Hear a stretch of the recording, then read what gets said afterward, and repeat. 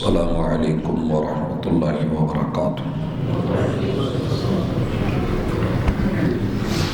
انفسنا ومن سیئات اعمالنا من يهده الله فلا مضل له ومن يضلل فلا هادي له واشهد ان لا اله الا الله وحده لا شريك له واشهد ان محمدا عبده ورسوله صلی اللہ علیہ وسلم۔ اما بعد فان خیر الحدیث کتاب اللہ وخیر الهدی هدی محمد صلی اللہ علیہ وسلم وشر الامور محدثاتها وكل محدثة بدعة وكل بدعة ضلالة وكل ضلالة في النار۔ أعوذ بالله السميع العليم من الشيطان الرجيم۔ رب اشرح لي صدري ويسر لي أمري واحلل عقدة من لساني يفقهوا قولي۔ احباب ذی وقار، سامعین و سامعات، زمین پہ رہنے والوں کے لیے عرش بری کی طرف سے جو عظیم ترین تحفے آئے ہیں، ان میں سے اللہ کا ایک بہت بڑا احسان یہ ہے کہ رب نے ان کے لیے زندگی کا نظام خود بنایا ہے، اور اس نظام میں ہر طرح کی سیفٹی، سیکیورٹی، تحفظ اور ان کی نگرانی، اندرونی اور بیرونی معاملات، یہ سب عرش بری سے طے ہوئے ہیں۔ خوش نصیب ہے وہ انسان جو اہل زمین کے لیے عرش بری کے فیصلوں پہ راضی ہو جائے، ان کو لے لے، اپنا لے اور اپنی زندگی کو ویسے بنا لے۔ عرش نے اہل زمین کے لیے جس نظام کو چنا ہے، وہ نظام اسلام ہے۔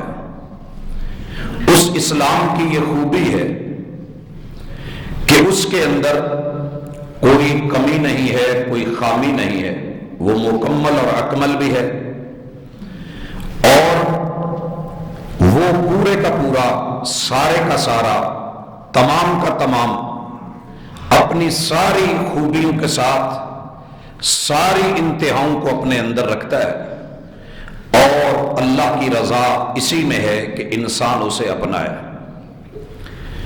اس اسلام میں کہ جس کا نام ہی سلامتی سے لیا گیا ہے، اللہ کے ناموں میں سے ایک نام السلام ہے۔ اللہ سلامتی والے ہیں۔ رب نے جو جنت بنائی ہے، اس کے اندر وَتَحِيَّتُهُمْ، جو ایک دوسرے کو گفٹ دیں گے، جنتیوں کا ایک دوسروں کے لیے گفٹ کوئی پھل نہیں ہے، کوئی پیسہ یا روپیہ نہیں ہے، وہاں کی کرنسی سلام ہے۔ السلام علیکم ورحمۃ اللہ وبرکاتہ، کہ اللہ آپ کو سلامتیوں سے نوازے، اور اس جنت میں انٹری کے وقت ادخلوها بسلام، وہاں بھی سلامتی ہے۔ اللہ نے زمین پر بھی سلامتی کو دیکھنا چاہا، اور اس کے لیے مالک نے قرآن میں یہ آیت اتاری، ان الدین عند اللہ الاسلام۔ لوگوں، اہل زمین کے لیے عرش بری کے پاس اگر کوئی نظام ہے، نصاب زندگی ہے اور کتاب بندگی ہے، تو وہ اسلام ہے۔ اور یہ بات یاد رکھو، یہ اسلام وَمَن يَبْتَغِي غَيْرَ الْإِسْلَامِ دِينًا، جس نے کوئی ایسا رویہ اپنایا، کوئی ایسا قانون لیا، کوئی ایسا نظام زندگی لیا جو اسلام اور سلامتی سے ہٹ کر کے ہوا، فَلَن يُقْبَلَ مِنْهُ، یہ اس سے قبول نہیں ہوگا، لیا نہیں جائے گا، مانا نہیں جائے گا، منہ پہ مارا جائے گا۔ وجہ اللہ فرماتے ہیں الْيَوْمَ أَكْمَلْتُ لَكُمْ دِينَكُمْ، تمہارا دین نصاب زندگی میں مکمل کر چکا۔ حضرات، اس آیت کے 3 حصے بڑے باکمال ہیں۔ بسا اوقات میں سمجھتا ہوں کہ کتاب مکمل ہے، نئے ایڈیشن میں مجھے محسوس ہوتا ہے کہ نامکمل ہے، کچھ اور لکھنا چاہیے، اس میں کچھ بڑھا دیا جاتا ہے۔ ایک شخص نے پھولوں کا گلدستہ بنایا ہے، اس نے سمجھا مکمل ہے، آپ کہتے ہیں نہیں فلاں پھول کی کمی ہے، وہ اس میں ڈالی جائے، پھر یہ گلدستہ زیادہ سجے گا۔ اللہ نے اس سوچ کو ختم کرنے کے لیے اکملہ کے بعد کہ دین مکمل ہے، ممکن ہے کوئی کہے ابھی مکمل نہیں ہوا، اللہ نے کہا وَأَتْمَمْتُ عَلَيْكُمْ نِعْمَتِي، میری نعمتیں جو میرے پاس تھیں، اللہ کی رحمتوں کی وسعتوں میں کوئی کمی نہیں ہے، وہ کبھی ختم نہیں ہوتی، لیکن اللہ نے کہا جو نعمت میں نے دینی تھی وَأَتْمَمْتُ عَلَيْكُمْ نِعْمَتِي، وہ ختم، وہ مکمل، وہ تمام، سب کی سب، پوری کی پوری میں نے دے دی ہے۔ کوئی کہہ سکتا تھا کہ پتہ نہیں اللہ کے خزانوں میں کمی آ گئی ہے اس لیے مزید نہیں دے رہا، یا اللہ کی رحمتوں میں کمی آ گئی ہے اس لیے کوئی اور نبی نہیں بھیج رہا، یا اللہ تعالیٰ کو کسی نے مجبور کر دیا ہے، یا کوئی پروسیجر میں، مشروع میں، منصوبے میں کوئی مسئلہ بن گیا ہے، ایرر آ گیا ہے۔ اللہ کہتے نہیں وَرَضِيتُ لَكُمُ الْإِسْلَامَ دِينًا، میں نے اپنی رضا اور اپنی خوشی کے ساتھ اسے یہاں مکمل کر کے مہر اتمام لگا کے اس کو آخری اور حتمی فیصلہ تمہارے لیے کر دیا ہے۔ حضرات، یہ اسلام کتنا سلامتیوں والا ہے، اور اس اسلام کی خوبیوں کو دیکھنے کے بعد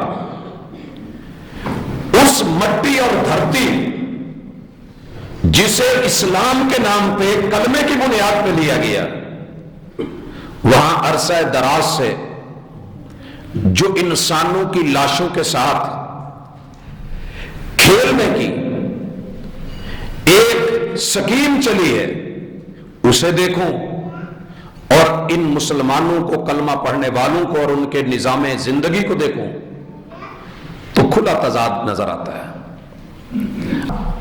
موجودہ حالات کے تناظر میں سیدنا محمد رسول اللہ صلی اللہ علیہ وسلم کی اخلاقیات میں سے ایک خلق اور ایک عادت مبارکہ کو اٹھانا چاہتا ہوں، اور وہ ہے کہ آپ نے اپنی امت کو، کلمہ پڑھنے والوں کو تحفظ کیسے دیا، پوری انسانیت کو تحفظ کیسے دیا، اور آج ہمارے رویے کیا ہیں۔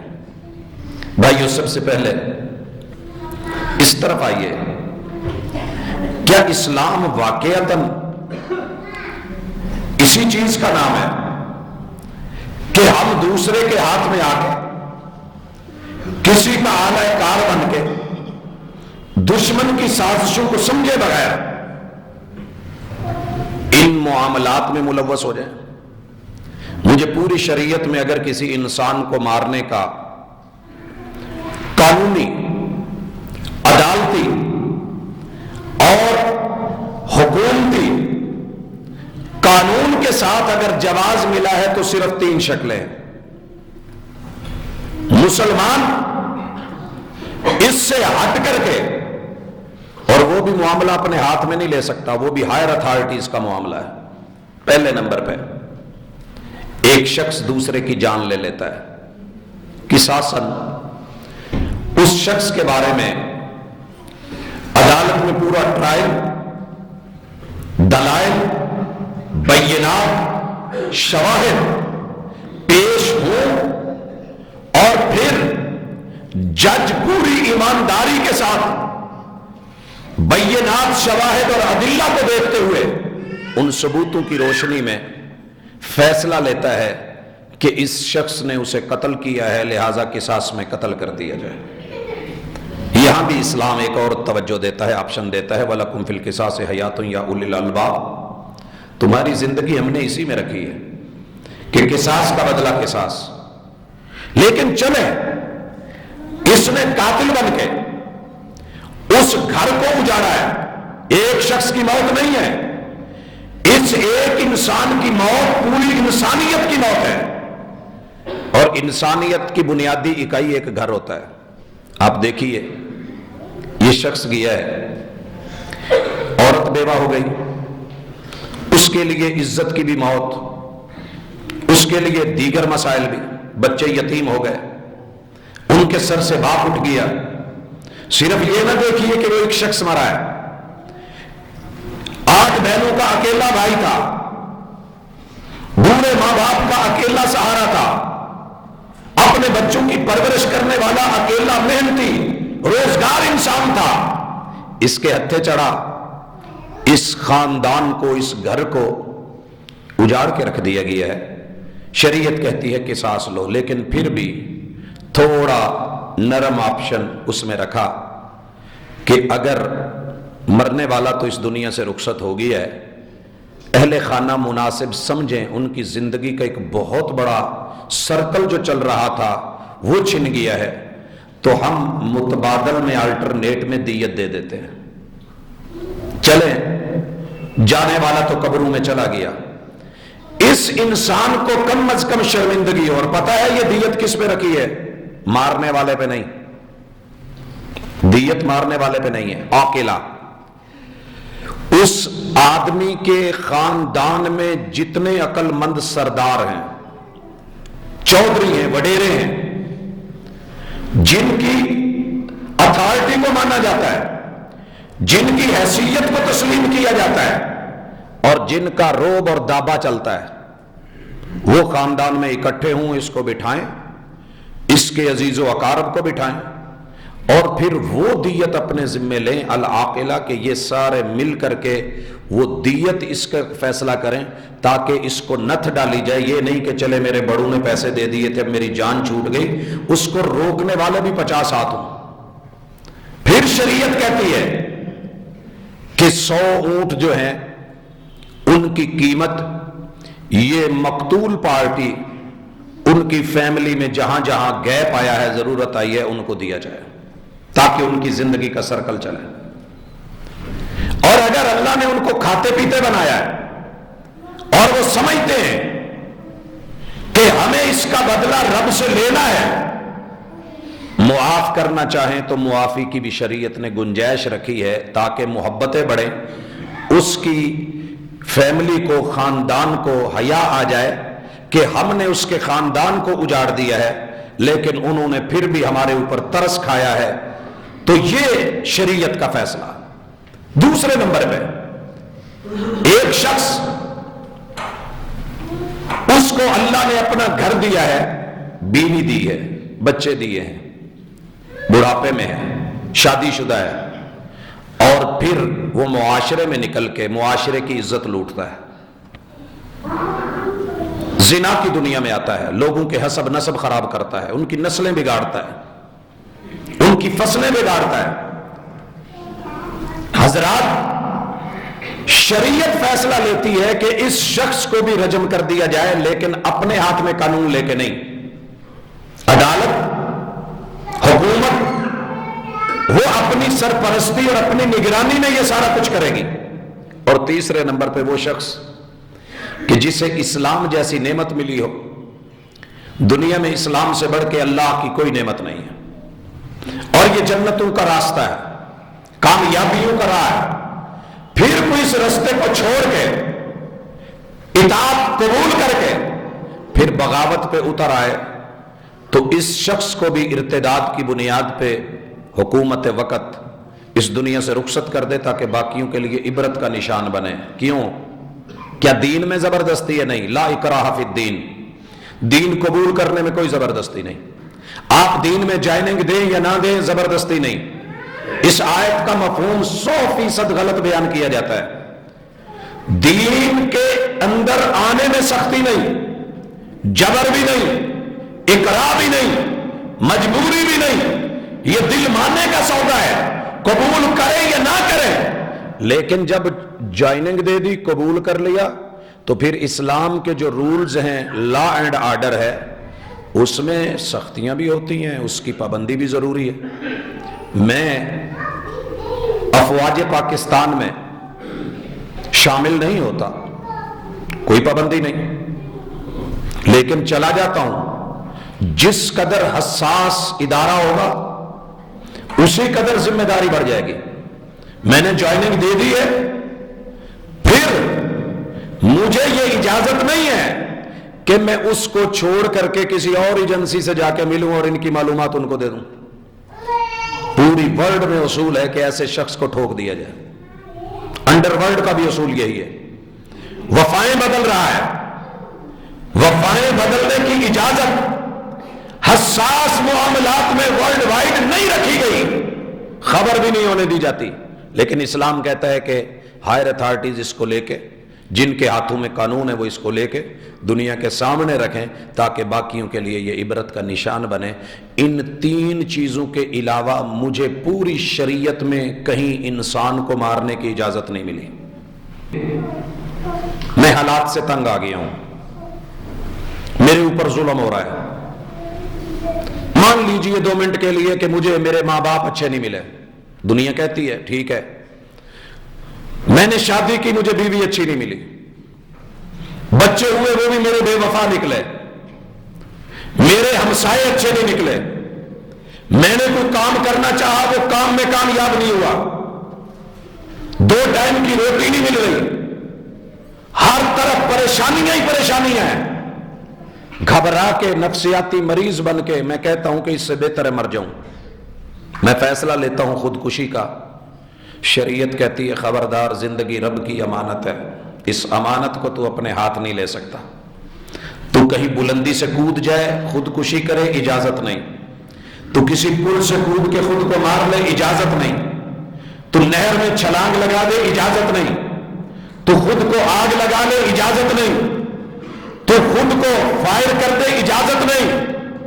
کوئی بھی شکل خودکشی کی حالات سے تنگ آ کے اپنائی جائے، رب کی امانت میں خیانت ہوگی اور تمہیں اس بات کی اجازت نہیں۔ تیرا رب آزما رہا ہے، وَلَنَبْلُوَنَّكُمْ بِشَيْءٍ مِّنَ الْخَوْفِ وَالْجُوعِ وَنَقْصٍ مِّنَ الْأَمْوَالِ وَالْأَنفُسِ وَالثَّمَرَاتِ۔ کیا ہمارے حالات اس قدر خراب ہو گئے ہیں واقعتاً کہ ہم سارے خودکشی کے لیے نکلے؟ یارو، جب اپنی جان کو مارنے کی اجازت نہیں تو خود کش بمبار بن کے مسلمانوں کے روپ میں آ کے، ان کی شکلیں اپنا کے، ان میں سے اٹھ کے سویلین میں جا کے، عام آبادی میں جا کے ان لوگوں کو نشانہ بنانا، اس کی اجازت کس نے دی تھی؟ ہم اپنے بچوں کو، اپنی اولادوں کو ان کی برین واشنگ کب کریں گے؟ ہم اپنی قوم ہونے کا بن حیث القوم قومی اور ملی فریضہ کب نبھائیں گے؟ کب سمجھیں گے ان چیزوں کو؟ جو دین، جو اسلام، جو شریعت، جس کے نام پہ یہ زمین حاصل کی گئی ہے، آپ کو پتا ہونا چاہیے۔ ایک ضعیف روایت ہے، بلکہ موضوع اور من گھڑت ہے کہ حب الوطن من الایمان، وطن کی محبت ایمان کا حصہ ہوتی ہے۔ یہ روایت جھوٹی بھی ہے، موضوع بھی ہے، من گھڑت بھی ہے، لیکن ایک بات یاد رکھیں، اس زمین کے اوپر 2 ملک ایسے ہیں جن کی محبت ایمان کا حصہ نہیں بلکہ عین ایمان ہے۔ کیوں؟ پہلی سٹیٹ جو اسلام کے نام پر اٹھی، مدینہ منورہ سرزمین حجاز، حضرات اس کی محبت، اس کا پیار میرا ایمان ہے۔ وہاں کوئی فساد کا سوچے؟ ویسے تو پوری دنیا میں کسی جگہ فساد کی اجازت نہیں، فساد کا سوچے، بگاڑ کا سوچے، وہاں بد امنی کا سوچے، اس کے پیچھے اس کی کوئی ترجیحات، کوئی ترغیبات، کوئی سوچ، کوئی مقاصد یا کسی طرح کے کوئی مفادات ہو، سائڈ پہ کر دیے جائیں گے۔ وہ میرا ایمان ہے، وہ میری بیس ہے، وہ میری اصل ہے، وہ اساس ہے، وہیں سے میری اذان ہے، وہیں سے میرا کلمہ ہے، وہیں سے میری نماز ہے، وہیں سے میرا روزہ ہے، وہیں سے میری حج ہے، وہیں سے میری زندگی، میری بندگی ہے۔ مجھے ٹریڈ کے اصول وہاں سے ملے، مجھے بزنس کا طریقہ کار وہاں سے ملا، مجھے علت و حرمت وہاں سے ملی، مجھے حسب و نسب وہاں سے ملا، اس کی حفاظت اور اس کی عزت اور دل میں پیار ایمان ہے۔ اور دوسری مٹی اس پوری دنیا کے نقشے کے اوپر اکیلا پاکستان ہے جو لا الہ الا اللہ کی بنیاد پہ بنا ہے۔ دنیا جو مرضی کہتی رہے، نصاب بدل کے بچوں کو جو مرضی پڑھاتی رہے، لیکن ابھی میرے وہ بزرگ زندہ ہیں جنہوں نے یہ سارے حالات دیکھے تھے، وہ قربانیاں بھولے نہیں ہیں۔ یہ ملک کلمے کی بنیاد پہ ہے۔ جب میری محبت کلمے سے ہے، اللہ سے ہے، محمد رسول اللہ صلی اللہ علیہ وسلم سے ہے، ارے میرے نام پہ ایک پلاٹ ہو، میں اس کی محبت سینے میں بٹھا کے ساری زندگی اس کے لیے کیس لڑتا رہتا ہوں۔ جس کو اللہ کے نام پہ لیا گیا، جس خطے کو محمد رسول اللہ صلی اللہ علیہ وسلم کے نام پہ لیا گیا، اس کی محبت ایمان نہیں ہے، ایمان ہے۔ اسے صرف مٹی نہ دیکھنا، دھرتی نہ دیکھنا، زمین، خطہ، مٹی، اس کے نام کے اوپر بغض، کینہ، حسد، تفریق منع ہے۔ خاندان کے نام پہ، برادریوں کے نام پہ یہ ازم غلط ہوں گے، لیکن یاد رہے یہ دھرتی اللہ اور اس کے رسول کے نام کی دھرتی ہے۔ اس لیے اس سے محبت کرنا میرا ایمان ہے، یہ کہیں سے بھی اجڑے گی میرا نقصان ہے۔ اس سوچ کو لے کے چلیے گا۔ ہمیں ضرورت ہے جو اسلام خودکشی نہ کرنے دے۔ یہاں تو گھبرا کے کہتے ہیں کہ مر جائیں گے، مر کے بھی چین نہ پایا تو کدھر جائیں گے؟ کیا سمجھتے ہیں کہ خودکشی کرنے والا سکون پا جائے گا؟ نہیں، کہا قیامت دنیا میں اس کا جنازہ نہیں ہے، معروف کوئی شخص اس کا جنازہ نہیں پڑھائے گا۔ آیا جنازہ، رسول صلی اللہ علیہ وسلم نے نہیں پڑھایا، اور اگر اگلے جہان میں تو اسی حالت میں اٹھایا جائے گا، اسی شکل میں بار بار مارے گا، زندگی ملے گی، مارے گا، زندگی ملے گی، اور اسی طرح اس کو جہنم میں پھینک دیا جائے گا، کیوں؟ اس نے رب کی امانت میں خیانت کی ہے۔ لوگوں، میرے محبوب علیہ السلام نے 27 غزوات لڑے ہیں، لیکن کب؟ جب ستا دیا گیا، کوئی شک نہیں، نکال دیا گیا، کوئی شک نہیں، ہجرت میں مجبور کر دیا گیا، کوئی شک نہیں، وہاں جا کے بھی گھر میں امن سے نہیں رہنے دیا گیا، چڑھائی ہوئی، پھر جا کر کے جو ہے حرکت میں آئے، لیکن دشمن سے پنجے میں پنجے ڈال کے، آنکھوں میں آنکھیں ڈال کے، برسر میدان آ کے بھی اپنی لڑائی اور اپنی جنگ اور اپنی مخالفت کا بھی ایک اصول رکھا ہے، قاعدہ اور ضابطہ رکھا ہے۔ بے ہنگم بے وجہ سب کچھ نہیں ہے۔ یاد رکھیے، پورے غزوات کے اس دور میں ایک عورت کا سر ملا جو کچلا ہوا ہے۔ والسلام نے قانون بنا دیا، کسی عورت کو اس جہاد کے لڑائی کے دوران اللہ کے سامنے آ کے لڑے، اور بطور فوجی اور سپاہی آ کر کے ڈائریکٹ حملہ آور اور پہلو ہے، لیکن سویلین میں سے جو مرضی ہو جائے، کسی عورت کو مارا نہیں جائے گا، مارا نہیں جائے گا۔ یہ تھا اسلام۔ اور یہ جو لونڈی لونڈی کا لفظ سن کے اسلام کے خلاف لونڈے کھڑے ہو جاتے ہیں نا، اور جو منہ میں آتا ہے بولتے ہیں، ان لوگوں کو حیا آنی چاہیے۔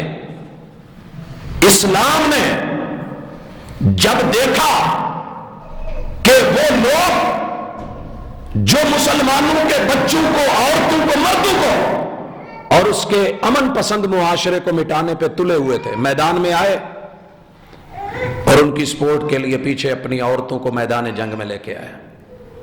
اب وہ سویلین کے اعتبار سے نہیں آئی، میدان میں سپاہی اور فوجی کی حیثیت سے آئی ہیں، لڑاکا بن کے آئی ہیں، مرد مارے گئے، میدان اسلام کے ہاتھ میں آ گیا۔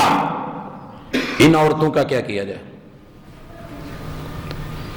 عافیہ صدیقی کی طرح کوئی جرم بھی نہیں اور اس کو دنیا میں عبرت کا نشان بنا دیا جائے؟ اسلام کہتا ہے نہیں، ہر عورت عورت ہوتی ہے، اسے سب سے پہلے ایک نسبت کی ضرورت ہوتی ہے۔ نسبت سمجھتے ہیں؟ نسبت، یا وہ بیٹی ہے، یا وہ بہن ہے، یا وہ ماں ہے، یا وہ بیوی ہے، اسے کیا نسبت دی جائے؟ اسلام نے کہا نومینیشن، سب سے پہلے رجسٹریشن۔ یہ ہلا گلا نہیں ہے کہ جو مرضی اٹھے، ہونٹوں پہ زبان پھیرے اور کہے جی لونڈیاں آئی ہوئی ہیں، چلیں اپنے اپنے دامن میں اور اپنے اپنے حرم میں لے چلتے ہیں. ایسا اسلام نے کبھی سوچنے کا بھی موقع نہیں دیا، لیکن بولنے والا بولتا ہے. اسلام کا تصور اور تصویر ہی غلط پیش کرتا ہے. کہا رجسٹریشن ہوگی، رجسٹریشن ہو گئی. اس کے بعد اعلان ہو گیا مجاہدین، فوجی اور سپاہی اللہ کے دین کے لیے اپنی جانیں، اپنے جسم، اپنے وجود، اپنا مال، اپنا پیسہ دینے والے، وہ اس خیر میں حصہ لیں. کون ہے جو ان لونڈیوں کی ذمہ داریوں کو، ان خواتین کی ذمہ داریوں کو سنبھال سکے گا؟ ذمہ داریاں کیا ہیں؟ سب سے پہلے نسبت، دوسرے نمبر پہ جسمانی ضرورت، پھر کھانے پینے کی ضرورت، پھر مکان کی ضرورت، پھر اولاد کی ضرورت، پھر معاشرے میں کھلی ہوا کی ضرورت. یہ 6 حقوق کون دے گا اس عورت کو؟ اس کا تو شوہر مر چکا ہے، باپ اس دنیا سے جا چکا ہے. اب اس کے ساتھ 7ویں نمبر پہ تعلیم کی ضرورت. یہ کون پوری کرے گا؟ یہاں پہ ہوتی ہے نومینیشن. رجسٹریشن کے بعد اتنی خواتین ہیں، یہ نام ہے، یہ ان کے لوگ تھے جو اس دنیا سے رخصت ہو گئے. رجسٹریشن، اب نومینیشن. ایک شخص جاتا ہے، جی مجھے ضرورت ہے، میں ذمہ داری کو قبول کرتا ہوں. شریعت اس کا نام لکھتی ہے، اس کے نام، اس عورت کو اس کے حقوق پوچھتی ہے کہ اس کے تو سارے حقوق دے گا یا صرف اس کی نسبت لینا چاہتا ہے؟ دونوں آپشن ہے تیرے پاس. وہ کہتا ہے جی میں اس کے نسبت بھی لیتا ہوں، میں اس کے مکان کا بھی بندوبست کر دوں گا، میں اس کو کھلی فضا میں رہنے کے موقع بھی دے دوں گا، میں اس کے غذا روٹی پانی بھی اس کو مہیا کر دوں گا، میں اس کی تعلیم و تربیت کا بھی سارا سلسلہ کر دوں گا، لیکن میں جسمانی حقوق ادا نہیں کر سکتا. میرے پاس اللہ کا دیا ہوا ہے، اپنی اہلیہ ہے، دیگر معاملات ہیں. اس خاص کام کے لیے بھی شریعت اسے معاشرے میں آوارہ نہیں چھوڑ دیتی. اس کے حقوق بھی ریزرو ہیں، اور وہ بھی باقاعدہ نومینیشن کے ذریعے. جیسے ہمارا نکاح لفظ ہوتے ہیں، لوگوں میں اعلان ہوتا ہے، ایجاب اور قبول ہوتا ہے. اس سے بڑھ کے کیا ہے؟ کوئی رسے تو نہیں باندھے گئے. اسی رب نے، اسی اسلام نے نومینیشن کے بعد اگر وہ حقوق ایک فرد لے رہا ہے سارے کہ میں فرائض نبھاؤں گا، کہا لے جا تیرے.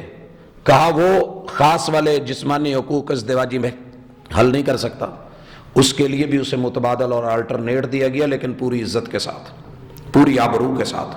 نومینیشن ہو گئی ہے. نومینیشن کے بعد اسلام کی سلامتی دیکھیں لوگوں. دشمن کو بھی پاکیزہ سزا دیتے ہیں.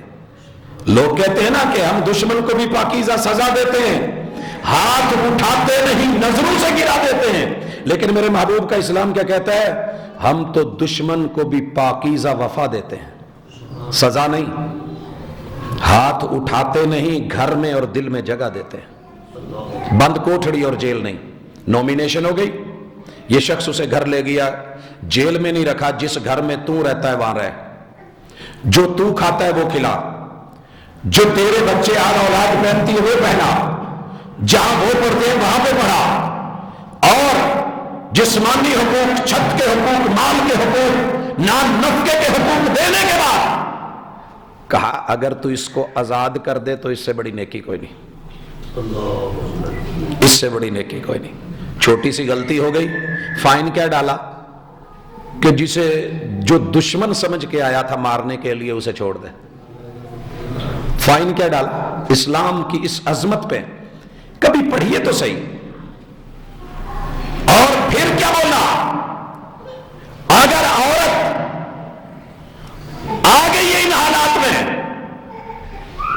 قیدی بنا لیا جائے، مارا پھر بھی نہ جائے.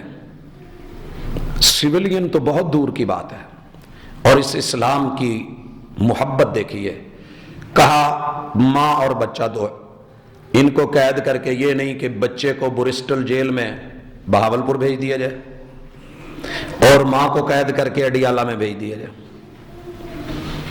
جس نے ماں اور بیٹے کے درمیان قید میں بھی قیدی بناتے ہوئے بھی جدائی ڈالی، وہ میری امت کا نہیں ہے. رب قیامت کے دن اس کے اپنوں میں جدائی ڈال دے گا. آپ نے وہ واقعہ نہیں پڑھا؟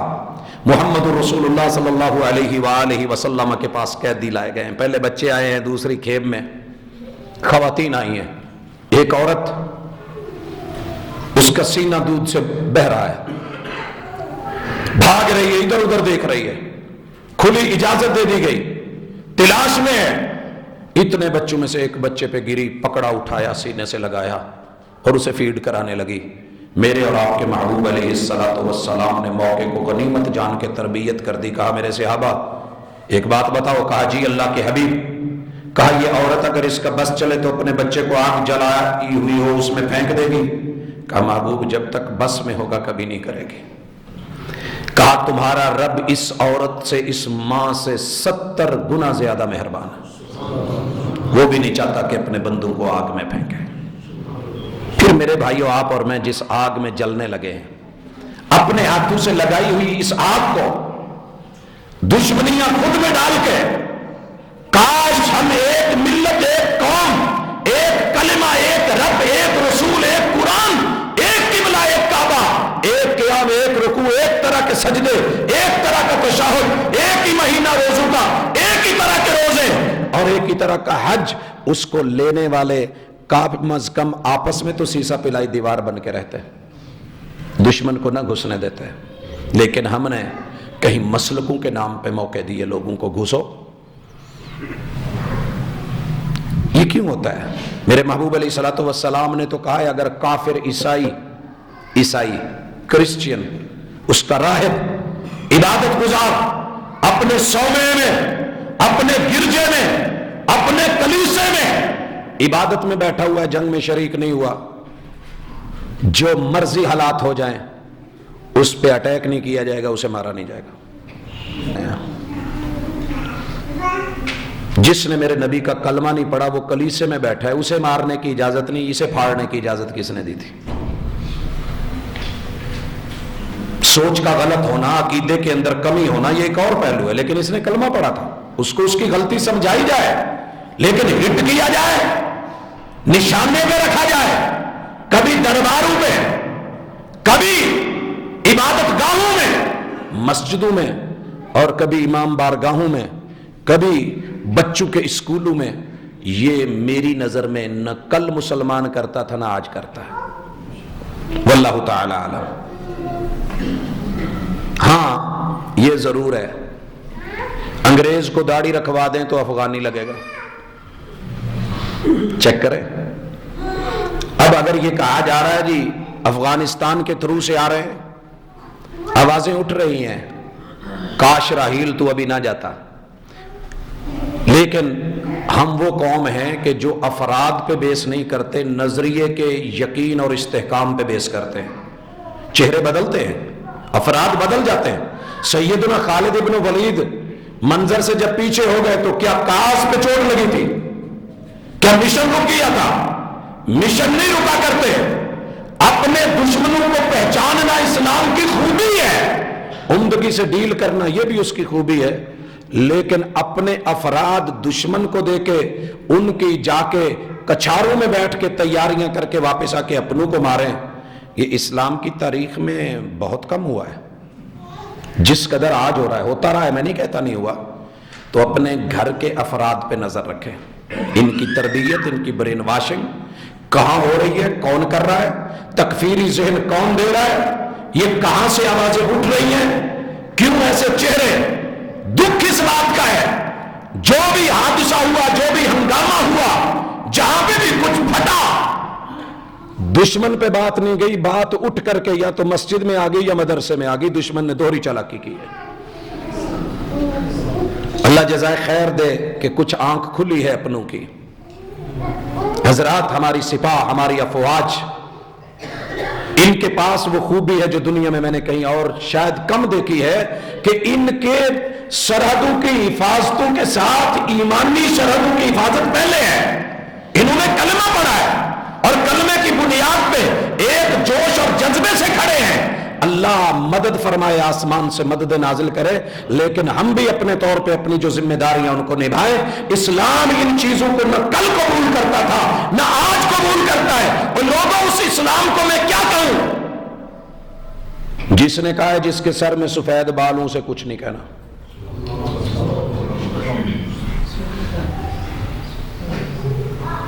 آج اسی کے سفید بالوں والے بزرگوں کو نشانے پہ رکھ کے کہا جائے کہ یہ ظالم ہے، اسلام کبھی ظالم تھا ہی نہیں۔ جس نے یہ کہا ہو کہ دشمن کی بیٹی کو عزت دینی ہے، عافیہ صدیقی بنانے والوں کا ساتھ نہیں، ہم وہ نہیں ہیں، نہ ہمارا اسلوب وہ ہے۔ لیکن حضرات شکوہ ضرور ہے، شکوہ ضرور ہے، ہمارے جائیں قصور کوئی نہ ہو، انجام عافیہ صدیقی جیسا کر دیا جائے، ان کے قاتل بڑے بڑے جاسوس وہ ہمارے ملک میں آئیں اور ریمنڈ ڈیوس بن کے، اور مشرقی ملک اور ہمسائے کے جاسوسوں کو عزت کے ساتھ پروٹوکول دے کے آزاد کر دیا جائے، شکوہ ضرور رہے گا دامن پہ، جو مرضی ہو جائے۔ اپنوں کی جفاؤں کے اوپر دل دکھی بھی ہے، کیا مجبوریاں تھیں، مال، دولت، پیسہ، اے طائر لاہوٹی، اس رزق سے موت اچھی جس رزق سے آتی ہو پرواز میں کوتاہی۔ ہمیں شکوہ ہے کہ ہمارے تو بچے چھوٹے چھوٹے چیتھڑے اڑ رہے ہیں، مارے جا رہے ہیں، قتل کیے جا رہے ہیں، شہید کیے جا رہے ہیں، پتہ بھی نہیں کیوں مارا گیا، گھر سے نکلا۔ اور پھر بڑے دکھ کی بات یہ ہے، پکڑ کے ڈالا کے اسکن پہ جاتا ہے۔ پیچھے جو لاہور میں حادثہ ہوا اس میں کیا تھا، ایک سر جس کے چہرے پہ داڑھی تھی، وہ خود اس حادثے کا شکار ہوا ہے، اس کا پورا خاندان اور فیملی زخمی ہے۔ اس کے سر کو لے کے وقتی طور پہ بیان داغ دیا گیا، جی پکڑ لیے گئے۔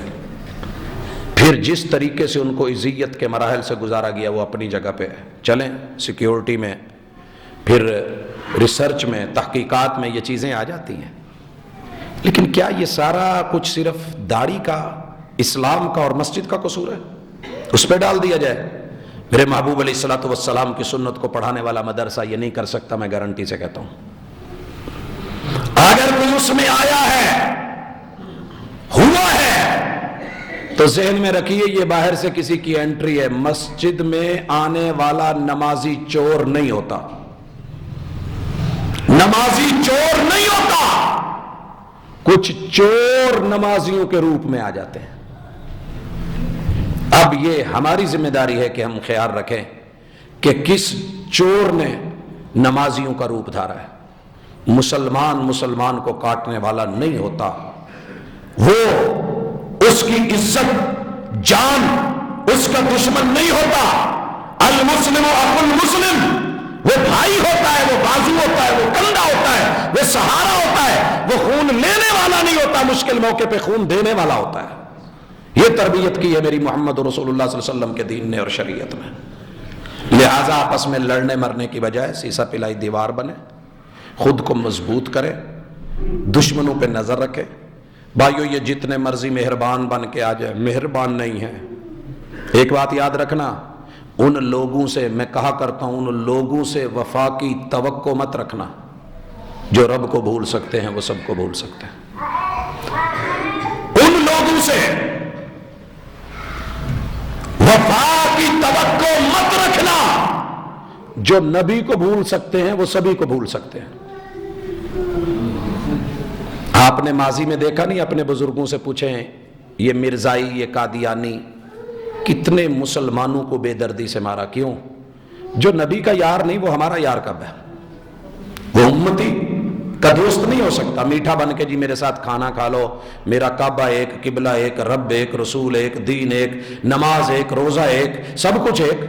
اگلی ملاقات میں انشاءاللہ ذکر لاؤں گا ان سازشی ٹولوں کا کہ جنہوں نے میرے ملک کو داؤ پہ لگا رکھا ہے، اور ہمیں ان سے محبت چاہیے، ان کے ساتھ کاروبار چاہیے، اٹھنا بیٹھنا چاہیے۔ وہ میری سوسائٹی میں رہتے ہیں، ارے تھوڑا اپنے جسم پہ، اپنی جلد کے اندر سے نمودار ہو جائے۔ تھوڑے سے وفا یہ ہے کہ اس کی پیپ نکال کے باہر پھینک دی جائے، اس سے وفا یہ نہیں ہے کہ اسے دبایا جائے، پولا پولا رکھا جائے، یار بنایا جائے اور اسے دل میں جگہ دی جائے۔ اس کو اندر سے جہاں بھی ہو اپنے دشمنوں کو پہچانے، یہ ہماری دینی بصیرت ہونی چاہیے۔ اپنے بچوں کو، فیملیز کو دشمن برین واشنگ کر رہا ہے، ہمیں بھی اپنا کردار نبھانا ہے، وفاؤں کا سبق سکھانا ہے۔ اور ایک بات یاد رکھیں، جو ہو چکا سو ہو چکا، ابھی سے اپنے آپ کو کنٹرول کرنا سیکھیں اور دعا کیا کریں الہ العالمین ملک پاکستان کے خلاف جتنی بیرونی سازشیں ہو رہی ہیں. حضرات کبھی تو میں دیکھتا ہوں ہونے والے ان دھماکوں کو، ان لڑائیوں کو، جھگڑوں کو، قتل و غارت کو کبھی سیاسی رنگ دے دیا جاتا ہے. اگر کوئی سیاستدان کر رہا ہے تو کسی کا اعلی کار ہوگا، غلط ہے. کبھی اسے دینی روپ دے دیا جاتا ہے. اگر کوئی دین کی شکل میں آ کے کر رہا ہے وہ ہمارا نہیں ہے، وہ کسی اور کا اعلی کار ہے، غلط ہے. کبھی اسے قومی رنگ دے دیا جاتا ہے. قومیت کے نام پہ اگر کوئی یہ کر رہا ہے، کسی اور کا اعلی کار بنا ہوا ہے تو غلط ہے. کبھی اس کو ملی رنگ، کبھی اس کو وطن کے نام پہ رنگ. حضرات کسی بھی اعتبار سے کچھ ایسا ہو رہا ہے، انسان کی زندگی اللہ کے ہاں ایک عظیم نعمت بھی ہے، امانت بھی ہے. پوچھنے یہ اجازت نہ دی ہو کہ وہ اپنے بچے کا حمل گرا دے. یارو جسے یہ اجازت نہ ملی ہو اور اس کے کندھے پہ مسئولیت کی تلوار لٹک رہی ہو، وَإِذَا الْمَوْءُودَةُ سُئِلَتْ بِأَيِّ ذَنبٍ قُتِلَتْ. قیامت کے دن تیرے اپنے بچے کو کھڑا کر کے باپ اور ماں کے سامنے کھڑا کیا جائے گا. اللہ اس سے پوچھ، میرا دشمن کوئی باہر کا نہیں تھا، میری ماں نے میرے باپ نے ملی بھگت کے ذریعے آپس میں مل کے کس مجبوری کی بنیاد پہ کیا تھا جو مجھے کنڈوم میں پھینکا، گندے نالوں میں پھینکا، ابارشنیں کروائیں، مجھے جسم کے اندر ٹکڑے ٹکڑے کر کے کاٹ کے باہر پھینک دیا گیا، مجھے روڑی پہ کوڑے کے ڈھیر پہ پھینکا گیا، مجھے زندگی جینے کا حق کیوں نہیں دیا گیا. یہ تو وہاں مسئولیت ڈال رہا ہے. چہ جائے کہ ایک تیار بچے کو، چلتے پھرتے پڑھتے ہوئے ایک نوجوان کو، ایک باعزت معزز شہری کو، کسی بزرگ مرد کو، کسی خاتون کو، کسی عبادت گزار کو، کسی گوشہ عافیت میں بیٹھے ہوئے انسان کو، اور اپنی زندگیوں کی تلخیاں بھلانے کے لیے چند لمحے کسی پارک میں بیٹھا ہوا وہ اپنی خوشیوں کی تلاش میں اس انسان کو اجاڑ کر کے رکھ دینا، کس اسلام نے اس کی اجازت دی تھی؟ پھر یہ کیس اسلام پہ نہ ڈالا جائے، یہ مسلمانوں کا ہاتھ نہیں ہے. معذرت کے ساتھ اصل مجرم ڈھونڈے جائیں، وہ بیرونی سازشیں ہوں یا اندرونی ان کے اعلی کار ہوں یا کارندے ہوں. حضرات الحمدللہ ہم جب مخلص ہو کے ایک قوم ہوئے تھے، چن چن کے دشمن کے نشانوں پہ پہنچے تھے، پیچھا کیا تھا. جو آواز اور شور اٹھے تھے کسی سے مخفی نہیں ہے.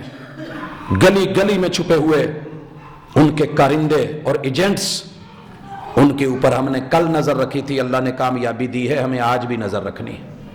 میں گزارش کرنا چاہوں گا اپنی ان تمام ایجنسیوں سے جو محب وطن ہے، اور ان تمام احباب سے جن کے سینے میں وطن اور ایمان کی محبت ہے. اور یہ مت بھولیے گا اس وطن کی محبت ایمان کا حصہ ہے، کیونکہ یہ کلمے کی بنیاد پہ کھڑا ہوا ہے. اس کے لیے اپنا جو کردار ہے وہ نبھائیں. ممبر کے اوپر، محراب کے اوپر میری ذمہ داری ہے، میں نبھاؤں. سننے والوں میں، برین واشنگ کرنے والوں میں، مجلس میں بیٹھنے والوں میں، اپنے گھروں کے اندر جس حد تک ہو سکے آپ احباب کی ذمہ داری ہے. جو جس پوسٹ پہ ہے اس کے ماتحت جو ہیں وطن کی محبت، وفاداری، اسلام سے لگاؤ، آپس میں تعلق، عزت اور آبرو، اسلام کے اصول اور قواعد، ضوابط اور اس کے قانون اور اس کے دستور و منشور اور اس کی دی ہوئی انسان کو عزتیں، آبرویں، پیار اور محبت، اخلاقیات اور مودت، اس کے جو دروس ہیں انہیں اپنی زندگیوں میں شامل رکھیں اور اپنی آنکھ کھول کے رکھیں. دائیں بائیں کون میرا دشمن ہے. اور حضرات اس کے لیے ہمیں قومی طور پہ، ملی طور پہ داخلی اختلافات کو بھلا کے پھر آنا ہوگا. آپ کی اسی گلی میں ایک لڑائی ہوئی تھی، شاید اسے بہت کم لوگ جانتے ہیں، میرے کولیگ تھے. لڑائی ہوئی اور بڑی اس حد تک ہوئی کہ بھائیوں کو ایک دوسرے کی جان کے اوپر لینے کا فیصلہ لینا پڑا. ان میں سے ایک بھائی یہاں سے نکلا، بھاگا، بہت دور چلا گیا. وہاں اس نے موقع دیکھا کسی دوسرے نے تو بات شروع کر دی کہ تمہارے بھائی ایسے ہیں، تمہارے پاپا ایسے تھے.